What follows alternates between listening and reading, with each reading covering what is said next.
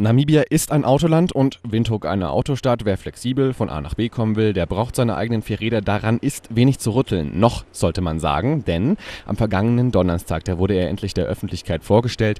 Der Sustainable Urban Transport Masterplan für Windhoek. Zu gut Deutsch der Masterplan für nachhaltigen Nahverkehr in Windhoek. Der sieht vielleicht keine U-Bahn für Windhoek vor, dafür aber andere spannende Dinge. Für die Gestaltung ist nicht nur das namibische Verkehrsministerium verantwortlich, sondern auch die Deutsche Gesellschaft für internationale Zusammenarbeit. Von der GIZ jetzt am Telefon ist Frederik Strompen. Guten Morgen, Herr Strompen. Guten Morgen. Herr Strompen, von einem öffentlichen Personennahverkehr kann in Windhoek derzeit nicht gesprochen werden. Es gibt zwar Busse, die verbinden allerdings nur die Innenstadt mit Katutura und ja, von Fahrplänen und Ticketautomaten fehlt jede Spur. Was läuft denn noch so alles schief in Sachen Fortbewegung in Windhoek? Ja, die großen Probleme des Busverkehrs haben Sie jetzt schon genannt, also Fahrgastinformation und die fehlende Netzausstreckung. Gleichzeitig ist es sicherlich auch nicht ausreichend, dass die Busse nur in den Morgens- und Abendstunden fahren. Es gibt quasi gar keine Umsteigmöglichkeiten, sondern immer nur eine Anfangs- und eine Endstation. Das kann und muss man deutlich effizienter gestalten, durch zum Beispiel eine verbesserte Routenplanung. Die Busse sind auch überhaupt nicht für den Stadtverkehr geeignet. Die Busse, die wir derzeit in der Stadt sehen, sind eigentlich Überlandbusse. Der Einstieg und Ausstieg dauert lange, die stehenden Passagiere haben de facto gar keinen Platz und es passen auch nur 45 Passagiere in einen Bus. Moderne, aber noch nicht mal viel teurere Busse bieten fast 90 Sitz- und Stehmöglichkeiten. Und derzeit übernehmen die rund 6.800 Taxen in Windhoek die Funktion des öffentlichen Nahverkehrs. Berücksichtigen wir aber, dass ein Taxi maximal 4 Passagiere befördert, kann man sich ausrechnen, dass dies nicht besonders effizient und deswegen auch teuer ist. Aber solange es keine Umsteigemöglichkeiten gibt, ist der Bus halt auch keine echte Alternative. Aber abgesehen von dem nicht funktionierenden Bussystem darf man 2 weitere Riesenprobleme nicht vernachlässigen. Zum einen wären das die Fußgänger und Fahrradfahrer. 30% aller zurückgelegten Strecken in Windhoek werden zu Fuß gegangen. Das sind überwiegend sehr lange Strecken von Katutura in die Industrieviertel und in die Innenstadt. Wir aber wissen, dass im Norden der Stadt, im Großraum Katutura, mehr als 50% der Bevölkerung Windhoeks leben, die jeden Morgen auf dem Weg zur Arbeit oder zur Schule ihr Leben riskieren.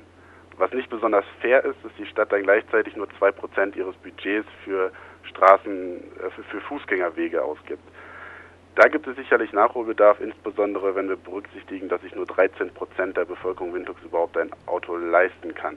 Das führt dazu, dass die arme urbane Bevölkerung durchschnittlich 25% ihres verfügbaren Einkommens für Transport ausgibt, was sehr, sehr viel ist. Für die Autofahrer bleibt zu sagen, wenn wir nichts machen, also wenn wir diesen Masterplan nicht implementieren, dann stehen sie im Durchschnitt in 2030 jeden Morgen 40 Minuten länger im Stau.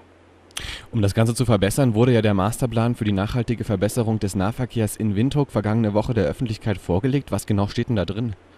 Was genau drin steht, ist schwer jetzt in der kurzen Zeit zu sagen, weil der Plan fast 600 Seiten umfasst. Aber ich will mal versuchen, die wichtigsten Merkmale vorzuheben. Der Busverkehr soll sehr umfangreich umgestaltet werden. Der Verkehrsminister nannte dies letzte Woche passend eine Revolution. Schrittweise soll das bestehende Busnetz angepasst werden. Das bedeutet konkret, dass wir eine Art Schnellbussystem einführen wollen. Am Anfang wird das in erster Linie die Verbindung zwischen dem Norden der Stadt, den Industriegebieten und der Innenstadt umfassen, später dann auch andere Stadtteile ausweiten. Wichtige Bestandteile eines Schnellbussystems sind zum einen Ampelschaltungen, die Busse bevorzugen und in besonderen Engpassstrecken eine Busspur. Wir werden effizientere Ein- und Ausstiege ermöglichen und natürlich die Passagierinformationen im ganzen Netz verbessern. Sie haben vielleicht erkannt, dass die Stadt bereits angefangen hat, neue Bushaltestellen mit mehr Informationen auszurüsten. Und in Zukunft sollen Taxen und kleinere Busse dieses Schnellbussystem sozusagen als Zubringerservice bedienen. Und gleichzeitig sollen die Busse ganztägig und 7 Tage die Woche fahren und umfangreiche Umsteigemöglichkeiten anbieten. Graduell werden wir dazu sicherlich die Busflotte austauschen müssen. Es macht aber keinen Sinn, das jetzt alles auf einmal zu machen, sondern das wird nach und nach passieren. Und zum Ende der Projektlaufzeit soll das System um ein schienengebundenes System erweitert werden. Windhoek hat den riesen Vorteil, dass die Schienen direkt durch die Stadt verlaufen. Die derzeitige Nachfrage rechtfertigt aber eine solche Investition noch nicht. Also sozusagen eine S-Bahn für Windhoek. Genau, sowas ähnliches wie eine S-Bahn, die insbesondere die Innenstadt mit den Industrievierteln verbindet und aber auch nach Brackwata, wo die Stadt sich hinentwickeln wird, dass sie auch nach Brackwata weiterfährt. Wir haben sehr, sehr viele Rückmeldungen von der Bevölkerung bekommen, in Bürgerforen, aber auch auf Facebook und Twitter mit sehr, sehr wertvollen Ideen.